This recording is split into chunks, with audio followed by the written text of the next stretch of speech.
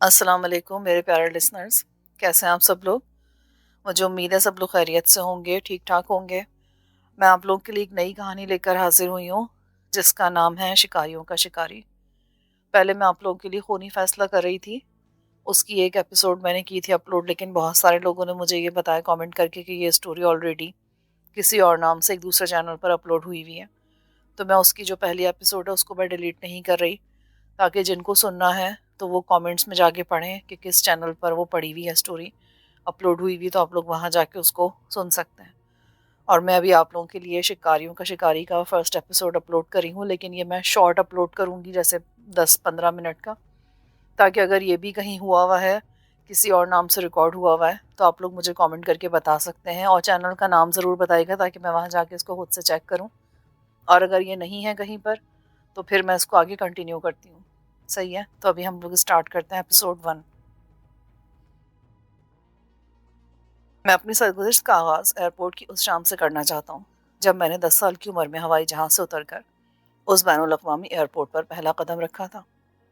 میں لاہور سے لنڈن اپنی امی اور ابو کے پاس آیا تھا، اور انکل جمال مجھے لنڈن کے لیے سفر کرانے کی خاطر لاہور سے کراچی تک میرے ہمراہ آئے تھے۔ 10 سال کی عمر میں کراچی سے لنڈن تک تنہا سفر کرتے ہوئے میرے احساسات بہت عجیب تھے۔ میں کبھی پیچھے چھوڑ کر آنے والے رشتوں سے دور ہو جانے پر اداس ہو جاتا، اور کبھی اپنے والدین کے پاس پہنچ جانے کی خوشی کا تصور مجھے سرشار کر دیتا۔ انکل جمال نے مجھے یقین دلایا تھا کہ میری امی اور ابو مجھے لینے کے لیے لنڈن ایئرپورٹ پر موجود ہوں گے۔ انہوں نے کہا تھا کہ راستے میں ہوائی جہاز کا عملہ میرا ہر طرح سے خیال رکھے گا، اور انہوں نے یہ ٹھیک ہی کہا تھا کہ یہ خوبصورت سی آنٹی بار بار مجھے ٹافیاں اور کھانے کی بہت سی چیزیں دے جاتی تھی۔ وہ مجھے ٹوائلٹ بھی لے کر گئی، اور راستے میں اس نے مجھے خود اپنے ہاتھ سے کھانا بھی کھلایا۔ وہ مجھے خالہ نسرین کی طرح بار بار پیار کرتی آئی تھی۔ میرے ساتھ والی سیٹ پر بھی کانٹی کا قبضہ تھا، اور وہ بھی راستے بھر مجھ سے باتیں کرتی رہی تھی۔ اس نے میری امی اور ابو کا ایڈریس بھی لیا تھا، اور مجھے کہا تھا کہ وہ میرے ابو اور امی کے گھر مجھے ملنے آئے گی۔ جب ہمارا جہاز لنڈن ایئرپورٹ پر پہنچا تو میری پہلو والی سیٹ پر بیٹھی ہوئی آنٹی مجھے پیار کر کے چلی گئی۔ میں سب سے آخر میں جہاز سے اس آنٹی کے ہمراہ اترا جو راستے میں مجھے ٹافیاں دیتی آئی تھی۔ میرا سامان چیک ہو رہا تھا جب میری امی اور ابو وہاں پہنچ گئے۔ امی نے مجھے پہچان لیا تھا اور گلے سے لپٹا کر پیار کر رہی تھی، جبکہ میری کمر سے لٹکا ہوا پرس نما بیگ سیکورٹی والوں نے چیکنگ کے لیے اتار لیا تھا۔ انکل جمال نے مجھے بتایا تھا کہ میرا پاسپورٹ اور میرے ضروری کاغذات اس بیگ میں ہیں، مگر جب ایئرپورٹ کے عملے نے اس کو چیک کیا تو اس میں سے ایک چھوٹا سا پیکٹ بھی برآمد ہو گیا۔ اس پیکٹ میں سے ہیروئن نکلی، اور اس وجہ سے مجھے اور میرے والدین کو ایئرپورٹ پر روک لیا گیا۔ پوچھ تاچھ شروع ہو گئی۔ ہر چند میں نے پہلی نظر میں ہی پہچان لیا تھا کہ یہ پیکٹ اس آنٹی کا تھا جو میری برابر والی سیٹ پر بیٹھی ہوئی تھی، اور شاید اس نے غلطی سے میرے پرس میں رکھ دیا تھا، مگر اس کے باوجود ہمیں لنڈن ایئرپورٹ پر خاصا خراب ہونا پڑا۔ ابو شدید جھنجھلا گئے۔ انہوں نے ایئرپورٹ پر ہی امی سے کہہ دیا تھا، یہ لڑکا ہمیں کسی نہ کسی مصیبت میں ضرور مبتلا کرے گا۔ لیکن اس میں ٹونی کا کیا قصور ہے؟ اسے تو استعمال کرنے کی کوشش کی گئی ہے، یہ امی کا جواب تھا۔ ابو اور امی نے ایئرپورٹ کے عملے کے سامنے یہی موقف اختیار کیا کہ لڑکا نابالغ ہے، اس کا تمام سامان چیک ہو کر جہاز کے عملے کی ذمہ داری پر لنڈن پہنچا ہے، اور یہ پیکٹ عملے کی غفلت کے سبب لڑکے کے پرس میں رکھ دیا گیا ہے۔ اگر اسے بچہ سمجھ کر چیک نہ کیا جاتا اور ٹونی پیکٹ سمیت ایئرپورٹ سے نکل جاتا تو راستے میں پیکٹ چھین لیا جاتا۔ ایئرپورٹ کے عملے نے ہمارے گھر تک ہماری نگرانی کی۔ وہ مجھ پر نظر رکھے ہوئے تھے کہ شاید کوئی شخص میرا پرس اڑانے کی کوشش کرے، مگر ایسا نہیں ہوا۔ غالباً انہیں اطلاع مل گئی تھی کہ ان کا مال چیک ہو گیا ہے۔ جب ہم گھر پہنچے تو ابو مجھ سے برگشتہ ہو گئے تھے۔ میں نے امی سے پوچھا، ابو کو کیا ہوا؟ تو وہ بولی کہ ایئرپورٹ پر جو وقت برباد ہوا ہے اور جو پریشانی اٹھانی پڑی ہے، اس کی وجہ سے ان کا موڈ آف ہے، صبح تک ٹھیک ہو جائیں گے۔ ہم رات گئے ایئرپورٹ سے گھر پہنچے تھے۔ گھر میں 2 افراد اور بھی تھے۔ 2 سال کا ایک پیارا سا بیبی تھا۔ امی نے بتایا کہ یہ میرا بھائی ہے، اس کا نام وقار ہے، مگر گھر میں سب اس کو پیار سے وکی کہتے ہیں، جیسے سب وہاں تم کو پیار سے ٹونی کہتے تھے۔ ایک پیاری سی گڑیا سی لڑکی تھی، مجھ سے 1.5 سال بڑی ہوگی۔ امی نے بتایا کہ یہ عائشہ ہے، تمہاری بڑی بہن۔ میں امی اور ابو کے کمرے میں جانا چاہتا تھا، مگر عائشہ مجھے اپنے کمرے میں لے گئی۔ اگلے روز عائشہ اسکول چلی گئی اور ابو اپنے کام پر چلے گئے۔ میں سارا دن وکی کو گلے لگائے گھر میں ادھر ادھر گھومتا رہا۔ امی سے خالہ نسرین کی، نانی کی اور انکل جمال کی باتیں کرتا رہا۔ وہ مجھ سے طرح طرح کے سوالات پوچھتی رہی۔ میں اپنی سمجھ اور شعور کے مطابق بتاتا رہا۔ عائشہ اسکول سے آئی تو میں اس سے اس کے اسکول کے متعلق پوچھتا اور موہنی روڈ کے اس اسکول کے متعلق بتاتا رہا جس اسکول سے میں نے پرائمری پاس کی تھی۔ شام کو ابو آفس سے آئے تو ان کا موڈ بدستور آف تھا۔ میں نے سوچا ابو کو میرے لندن آنے کی کوئی خوشی نہیں ہوئی۔ ابو آ گئے۔ ابو کو گھر میں داخل ہوتے دیکھ کر عائشہ خوشی سے پکاری تو مجھے یاد آ گیا جب انکل جمال ہمارے گھر آیا کرتے تھے۔ میں خوشی سے چیخ چیخ کر کہا کرتا تھا، انکل آ گئے، انکل آ گئے۔ میں نے سوچا شاید میرے ناراض ابو خوش ہو جائیں، اس لیے میں نے ابو آ گئے کا نعرہ بلند کر دیا۔ کیوں چلاتا ہے لڑکے؟ انہوں نے الٹا مجھے ڈانٹ دیا۔ میں منہ بسر کر کھڑا ہو گیا۔ گندے ابو، میں نے روٹ جانے کے انداز میں کہا۔ زرینہ، تمہارا لڑکا خاصا سبز قدم ثابت ہوا ہے۔ انہوں نے امی کو مخاطب کر کے کہا۔ میں نے اپنے دونوں پاؤں غور سے دیکھے۔ امی کی سوالیہ نظریں ان کے چہرے پر جم کے رہ گئیں۔ کل سارا دن ایئرپورٹ پر خراب ہو گیا، جیل جاتے جاتے بچے، آج ذہن پریشان تھا، فیکٹری میں مرتے مرتے بچا، اوپر سے مجھے جرمانہ ہو گیا۔ یہ آپ کیا کہہ رہے ہیں ابو؟ عائشہ نے بےتاب لہجے میں پوچھا۔ یہ حرامی اپنے ساتھ تمام تر نحوستیں لے کر پہنچا ہے۔ ابو نے یہ بات میری طرف اشارہ کر کے کہی تھی۔ اس لمحے میں ان کی نظروں کی تاب نہ لا سکا۔ ان کی آنکھوں میں میرے لیے بے پناہ نفرت اور حقارت امنڈ آئی تھی۔ میں بچہ ضرور تھا، مگر ان کی آنکھوں میں تیرتی ہوئی نفرت کو سمجھ سکتا تھا۔ ابو کی اس بات پر امی ہوٹ کاٹ کر رہ گئی اور وہ کچھ بولنا چاہتی تھی مگر اپنے پر جبر کر کے رہ گئی۔ عائشہ نے میرا ہاتھ تھاما اور مجھے اپنے کمرے میں لے گئی۔ وہ بہت زرک لڑکی تھی۔ وہ میری ہم عمر ہی ہوگی، مجھ سے 1.5 سال بڑی ہوگی۔ اس نے مجھے دل گرفتہ اور اداس دیکھا تو دیر تک بہلاتی رہی۔ اس نے بتایا کہ ابو بہت برے ہیں، وہ امی کو بھی مار پیٹ لیتے ہیں اور خود عائشہ بھی ان کے زیر عتاب آ جاتی ہے۔ یہ بات بھی مجھے عائشہ نہیں بتائی تھی کہ وہ صرف عائشہ اور وکی کے ابو ہیں، وہ میرے ابو نہیں ہیں۔ عائشہ اپنے اور میرے متعلق جو کچھ جانتی تھی مجھے بتاتی رہی۔ وہ مجھے بہت مہربان اور اچھی لگی۔ وہ اسی روز میرے دل میں اتر گئی تھی۔ وہ لڑکی جس نے آنے والے دنوں میں میرا بہت زیادہ خیال رکھا، وہ بہت دنوں تک میری روح کے زخموں پر پھائے رکھتی رہی۔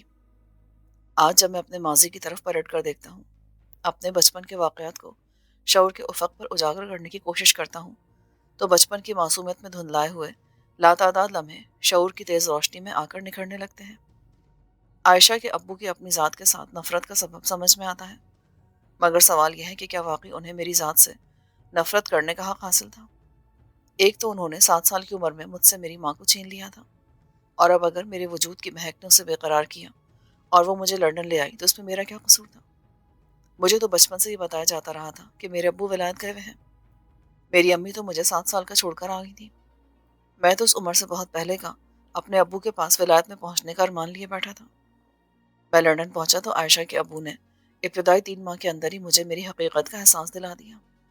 ان کے نزدیک میں ایک حرامی بچہ تھا، اپنی امی کے کسی حسین گناہ کے نتیجے میں اس دنیا میں آ گیا تھا۔ کیا واقعی میری کوئی شناخت نہیں تھی؟ میرے باپ کا کوئی نام نہیں تھا؟ یہی تو میری سرگزشت کا عنوان ہے، یہی تو میری وہ گمشدہ متا تھی جس کی تلاش میں 30 سال تک سر کرتا رہا۔ میری یہ داستان اتنی علم انگیز اور اس قدر ہولناک ہے کہ بہت کم لوگوں کو اس کی صداقت کا یقین آئے گا۔ یہ بھی ممکن ہے کہ بعض لوگ اسے پورا نہ سن سکیں، کہ ضروری نہیں کہ ہر شخص کے پاس میری ذات پر نچھاور کرنے کے لیے اشک اور آنسوں کی فراوانی ہو۔ محرومیوں، نامرادیوں اور مجبوریوں کی یہ کہانی ہمارے معاشرے کی ایک ایسی تصویر ہے جسے مصور کائنات نے صرف ایک ہی رنگ مقدر کیا ہے، اور وہ رنگ ہے لہو کا رنگ۔ یہ لہو رولاتی داستان بظاہر ایک فرد کی آپ بیتی ہے، مگر کیا یہ صرف میری ہی کہانی ہے؟ قانون شکنی کی وارداتوں، افراد کی باہم چیرہ دستیوں، چپقلشوں، نفرتوں اور انتظامی کارروائیوں کی یہ سیاہ رپورٹ، انسان کے ہاتھوں انسان کے استحصال، بربریت اور صفاقی کے خوچنکا واقعات پر مشتمل یہ نامہ اعمال قوموں اور قیادتوں کی ایک دوسرے کے خلاف سازشوں اور سیاستوں کا یہ قرطاس ابیض، کیا یہ محض میری ہی سرگزشت ہے؟ ہو سکتا ہے سننے والوں کی اکثریت کو اس میں میرا ہی چہرہ نظر آئے، مگر کچھ لوگوں کو میرے اس نامہ اعمال کے ہر باب میں میرے چہرے سے زیادہ ان کا اپنا چہرہ دکھائی دے گا۔ 25 سال پہلے جب میں 10 برس کی عمر میں لندن گیا تو میرا یہ سفر اپنے امی اور ابو کے پاس پہنچنے کے لیے تھا، اور اس کے بعد جب اپنے پیچھے لاتعداد ہنگامے چھوڑ کر میں نے پاکستان کا رخ کیا، اس وقت میں نے اپنی شناخت کی تلاش کے لیے وطن کی سرزمین پر قدم رکھا تھا۔ اتنی کم عمری میں میں نے اپنا وطن اپنے ماں باپ کے لیے چھوڑا تھا، مگر مادر وطن سے بچھڑ کر مجھے کوئی بھی آغوش راس نہ آئی۔ میری ماں کے آغوش میں بھی کانٹے اگائے تھے۔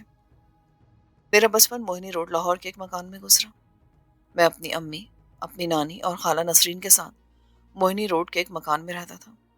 میرے ابو ولایت میں رہتے ہیں۔ نانی، خالہ اور امی مجھے یہی بتایا کرتی تھی۔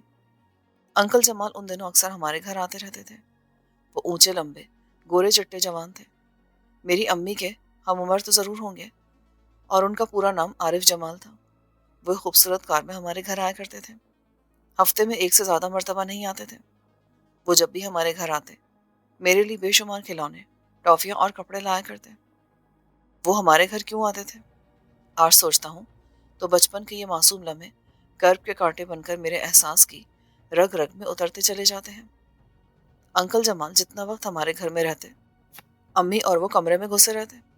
میں ان کے پاس جانے کے لیے اصرار کرتا تو خالہ نسرین مجھے ٹافیوں سمیت اڑوس پڑوس میں کسی نہ کسی گھر کھیلنے کے لیے لے جاتی تھی۔ انکل جمال کبھی کبھار رات کو بھی ہمارے گھر رک جاتے۔ وہ جب بھی ہمارے گھر ٹھہرتے، میں ان سے ڈھیر ساری باتیں کرتا۔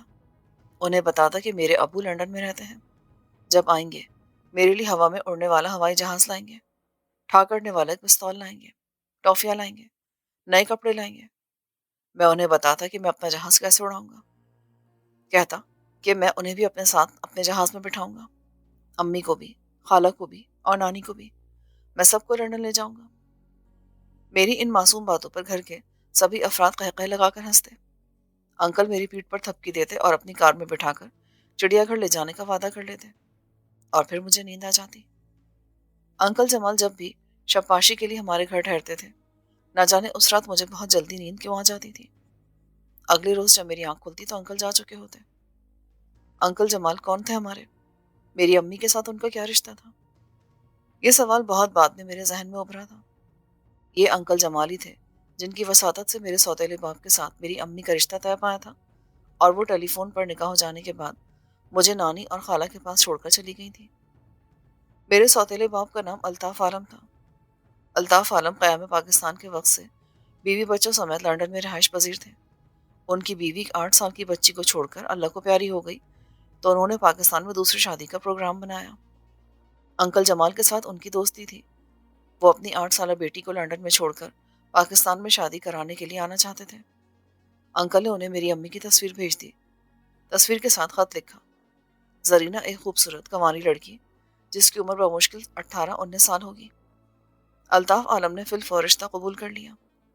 جب الطاف عالم سے ٹیلی فون پر میری امی کا نکاح ہوا، میری امی کو غیر شادی شدہ ظاہر کیا گیا اور ان کی عمر 8 سال کم بتائی گئی۔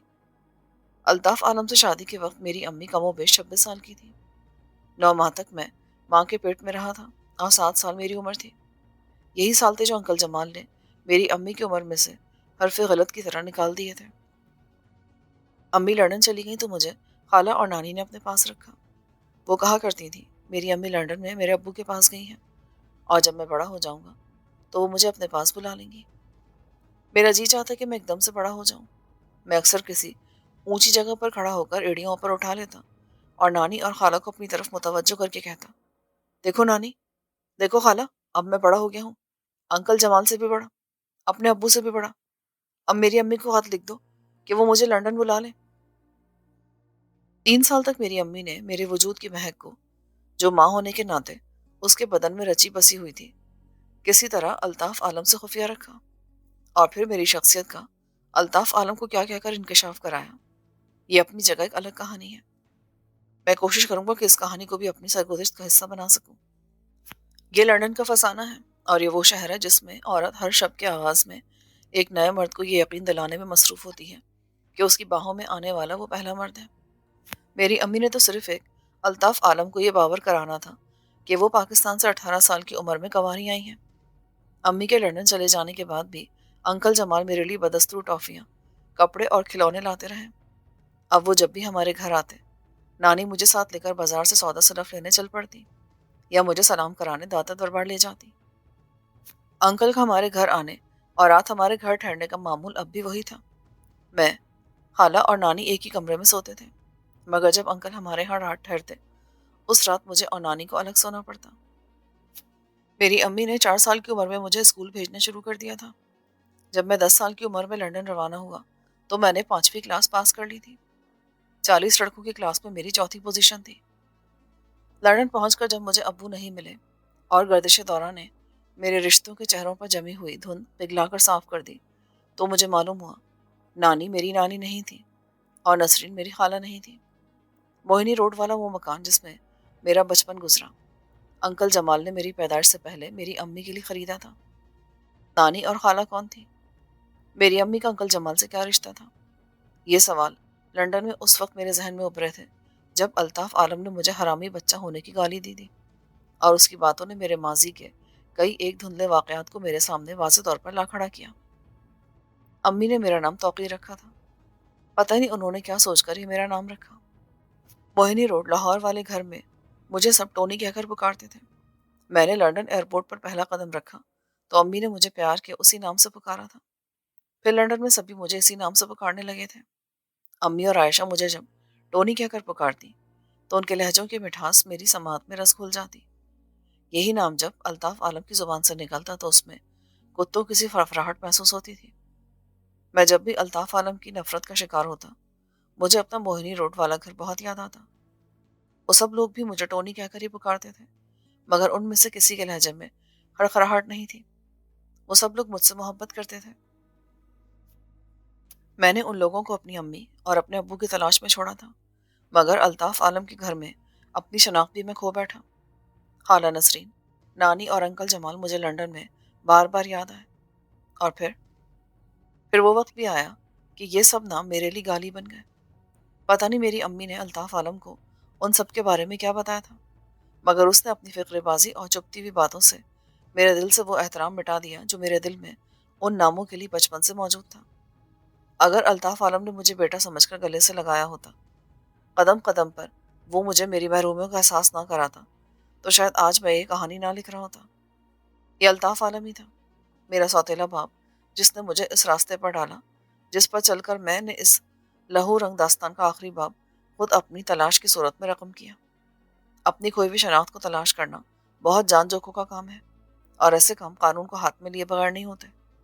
میں ایک طرح سے الطاف عالم کا احسان مند بھی ہوں جو اس نے اس دشنام ترازیوں، لانتوں اور تانوں کی صورت میں مجھے جو آگ منتقل کی، میں نے اس کی تپش کو ضائع نہیں کیا۔ اسی آگ کی روشنی زندگی کی اندھی اور اندھیری راہوں میں مجھے آگے بڑھنے کا حوصلہ دیتی رہی۔ اس کے ساتھ ہی ایپیسوڈ 1 کا اختتام ہوتا ہے۔ مجھے کامنٹ کر کے ضرور بتائیں کہ آپ لوگوں نے یہ کہانی کہیں اور سنی ہے یا نہیں، تاکہ میں اس کو آگے جاری رکھنے یا نہ جاری رکھنے کا فیصلہ کروں۔ اپنا خیال رکھیے گا۔ اللہ حافظ۔